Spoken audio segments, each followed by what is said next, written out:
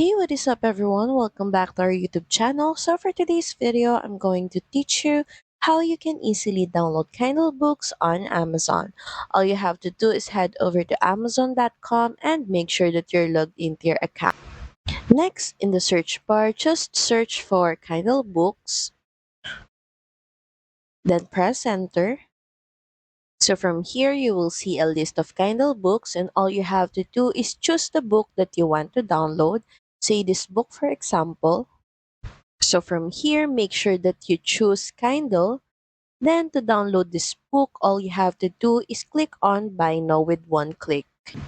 After payment and purchase of the book, your book will instantly be downloaded. You also have an option to deliver this book instantly on your Kindle library. Just click on Send the free sample.